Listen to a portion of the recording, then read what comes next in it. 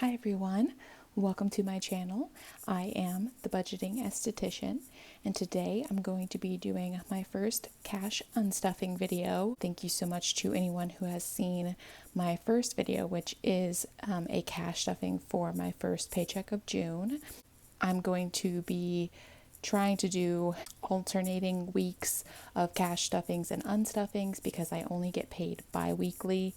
Normally, this month's going to be a little bit different, which I talked about in my last video, but in order to put out a video every single week, I'm going to be doing a stuffing one week and then an unstuffing the next week, as well as I will be doing a monthly bill condensing and sinking funds update video for you guys.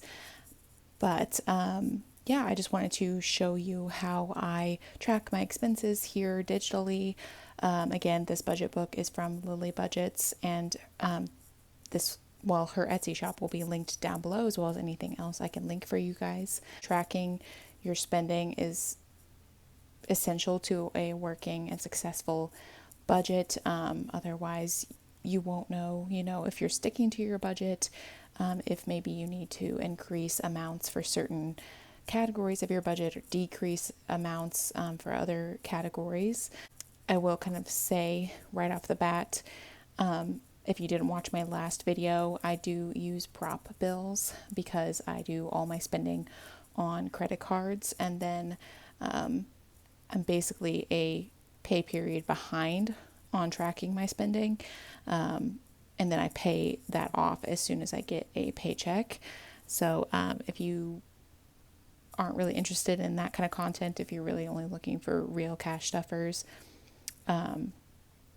that's not what you'll find here. I did start by doing all real cash, and I could go back to doing all real cash whenever I want, since I already have all the supplies and everything like that. But yeah, for now, I'm really enjoying not doing real cash, not having to go to the bank every single week, and getting the rewards on my credit card without having to use apps like Fetch, where you have to keep your receipts and scan them to get cash back. Obviously, like I said, cash is a great method for people who really need to curb their spending or are in quite a bit of credit card debt, because obviously then you don't want to be spending on your credit cards. But for anybody who kind of has been doing this for a while like me, if you might feel like trying this kind of method out, I really enjoy it. I still get to visually see with the prop bills everything in my envelopes, and as I take things out, it makes things a little bit more tangible. So I do feel like it helps me a little bit with sticking to my budget that way as well. If anybody's wondering why even bother, if you're just going to not do real cash, I still think it benefits me, but yeah, it's definitely not going to work for everybody. And like I said, I do not recommend everybody start this way by any means. Kind of goes against the purpose of the cash stuffing method. But yeah, this is just the way that I do it now. Again, one day I might go back to stuffing real cash if I need to, but for the time being, this is how we're doing things. So, yeah, I don't know. I think that was about everything. And we will just go ahead and get started with showing you how I unstuff from my envelopes. So, the main things that I spend out of on a paycheck to paycheck basis are my variable expenses, which for me are gas, groceries, and spending. Gas and groceries, pretty self-explanatory. I talked about my last video what spending is. For me, it is anything, my just personal wants and needs on a week-to-week basis, basically. So as we go through that category, you'll see some more examples, but the main things that I put in that category are food, for if I eat out, and then personal care items go in that category as well, hygiene and toiletry items. And then just anything else I might want to spend my money on. And then anything that comes out of a sinking fund gets marked here I put the name of the sinking fund and then SF to make sure that I know it needs to be pulled from one of my sinking fund binders, and then obviously like bills and debt, when my debt comes out, come out of those individual envelopes. So you will see here on her tracker, she's got a category name, a description. I try to be kind of as descriptive as possible. Obviously, if it's like for gas, I just put where I got my gas. And like if it's a eating out, I just put the name of the place that I got food from. She has a date section. Again, for me, my dates are kind of off for this pay period, so you don't have to pay too much attention to those, but just that way you know when that transaction was made, if you need to go back and look at it on your statement or anything like that. And then obviously an amount section, and she has this little check off column over here. Basically the way that I will be using that is in my videos I will just show you me marking off any of my sinking funds or like my bills or my debt categories, my gas, groceries, and my spending. I kind of do that all together down here at the bottom. I take the sum of everything I spent in those categories, add it all together, and subtract it from the amount I budgeted for that paycheck, so that I get a total of all three of those categories. And then anything like that I underspend in that category goes into my cushion fund, and anything I spend, if I overspend, that comes out of my cushion fund. And I talked in my last video about my cushion fund. Yeah, that fund is kind of just there for the purpose of if I overspend or underspend on things, as well as since I do, like I said, use credit cards and I am essentially a pay period behind, my cushion allows me to not actually be a pay period behind. And I think my ultimate goal to get back up to in that is going to be one paycheck's worth of all my, what I would typically budget for my variable expenses for that reason. But again, we'll talk about that more in the future. So, yeah, I think we can go ahead and get started. So the only sinking fund that I spent out of on this paycheck was my household sinking fund for some laundry supplies. So, and I was going to talk about this a little bit later too when I went into talking about my rent. But again, as I said in my stuffing video, I do live with family that they own their home and they let me stay in their spare bedroom. So as far as rent goes, I do pay them a little bit per month to help them out, since they're helping me out a lot by letting me live here, because oh my gosh, you guys, cost of living is crazy right now and I could not live on my own with my current income. So yeah, I do give them a little bit to kind of compensate for potential utilities I might use. I do sometimes eat food from them, but I mainly take care of my own groceries. And then for household items, like everything we all use, like toilet paper, paper towel, trash bags, that kind of stuff, they purchase, but I will just purchase things that are only specific to me. So for me, I have kind of sensitive skin, so I use a particular like brand and type of laundry detergent and dryer sheets. So that is what I bought on this paycheck, which came out to $15. It wasn't exactly 15, but I wanted to pull out an even number from my sinking fund. So I think I kind of put the rest of the change onto my groceries budget. Yeah, so we're just going to go into my household sinking fund, which is here in my short-term sinking funds binder. And I believe after our stuffing video, that it should have exactly 15 in it, which is great. But yeah, I don't spend out of this like too crazy often, since I don't have to buy a lot of kind of the day-to-day necessities.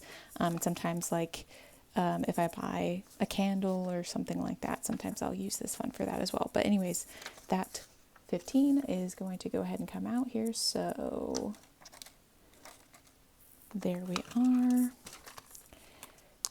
Okay, and then I will mark that off on our budget book here. All right, and then let's go on to, I might zoom in a little bit here, go on to my bills that I need to pull to get us started in our expenses and savings binder.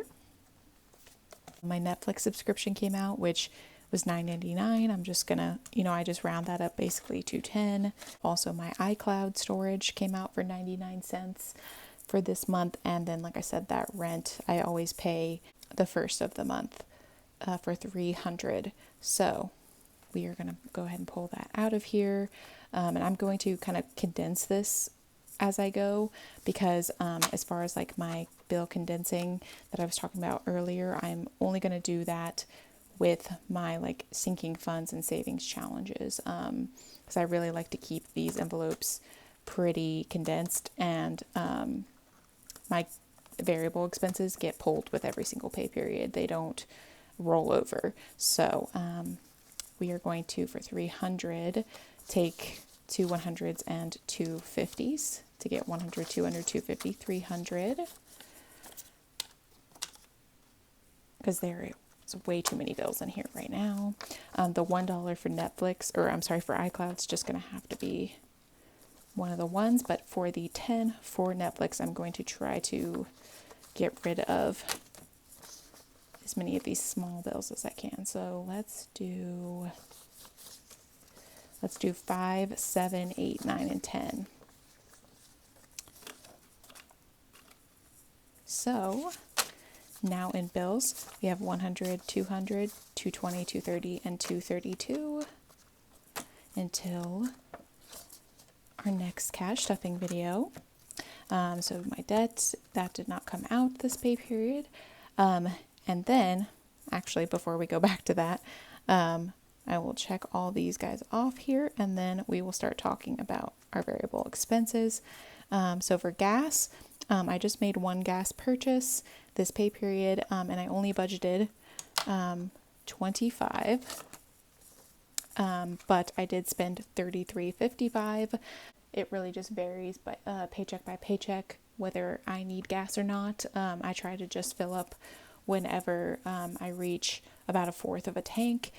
So I think for me that's usually around every 3 weeks, 2 weeks if I've kind of done more driving than normal. It's usually right now anywhere between like $30 and $40, depending on the gas prices. So we did go over in this budget. I'm just going to pull that whole 25 out for now. But that will kind of fix itself later. Some weeks I overspend on gas, some weeks I overspend on groceries. Some weeks I underspend on gas, and some weeks I underspend on groceries. So it kind of evens itself out. Alrighty, and then so moving on to groceries, let's start talking about that next.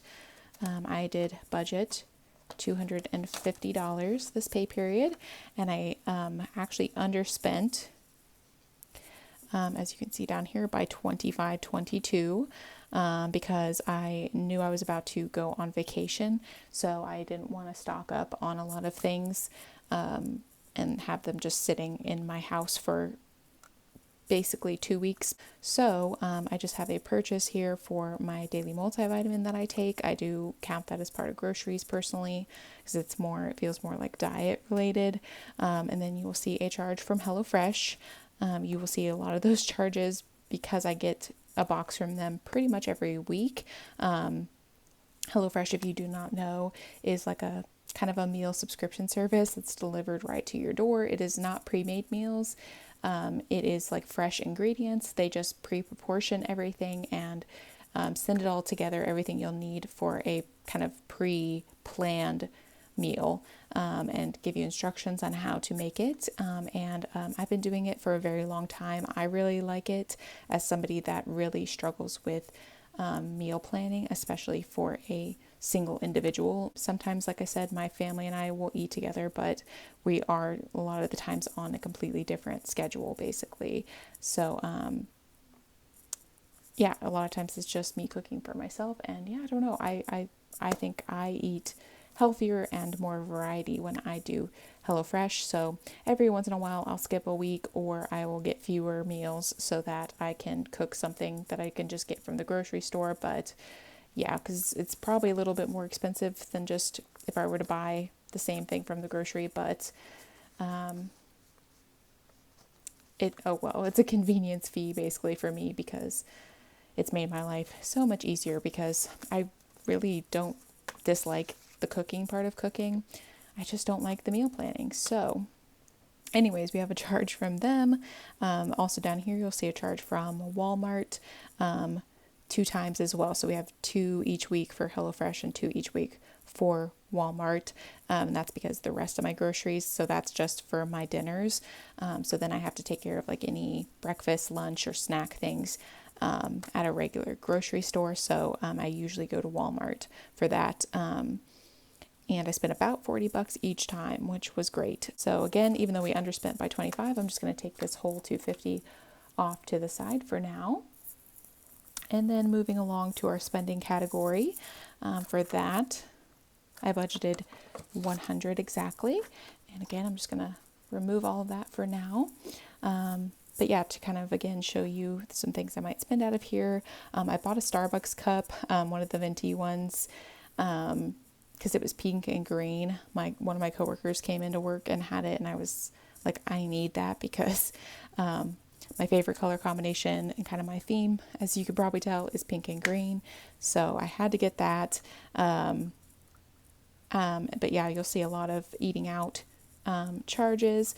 Five Guys, this Panda Express is only 64 cents because my family gave me some cash to pay for theirs and mine to go grab it for all of us. So the cents is just what was left over that I paid on my card that they couldn't give me in cash. I spent some money on Amazon getting a birthday gift for my best friend that I went on vacation with. And you'll see most of that money come out in the next cash unstuffing from my giving sinking fund, but I kind of overspent a little bit from that, so I just decided to put it here in my personal spending money, since I didn't really know where else to pull it from.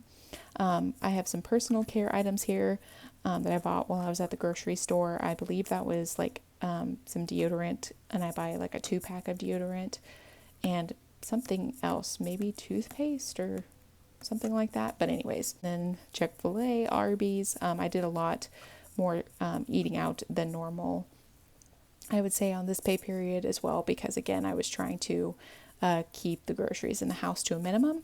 And then last but not least, down here, I got some Starbucks on my last day of work at the front desk before I went on vacation and everything. So all of that came to $98.55 out of 100, left me with a little bit more than $1 left. So I add all the totals for gas, groceries, and spending together, and I got $18.12 left over. I just kind of round that, so I'm just going to consider that $18 under. So that goes into my cushion. So basically all we are going to do now is go back here to my cushion and put that money in. So right now my cushion has $3.25, and we are going to put in 10, 15, 17, and 18. And I will probably wait to condense this maybe at the end of the month. But now in cushion, we have 100, 200, 300, 320, 330, 335, 340, 342, and 343, which is great. Because like I said, I think my goal for in here is going to be 375, which is half of my typical monthly budget for my variable expenses. So now that that is taken care of, I believe all we have left to do is I'm going to just count the cash that we unstuffed today to finish out this video. So today we unstuffed 100, 200, 300, 400, 500, 550, 600, 650, 670, 675, 680, 681, 682, and $683 from my expenses and one sinking fund today. Anyways, I will see you guys in my next cash stuffing for the second paycheck of June. Thank you so much to anybody who watched this whole video. Comment something down below, like your favorite emoji or something like that. If you did, I hope you guys have a great rest of your week, and I will see you guys later.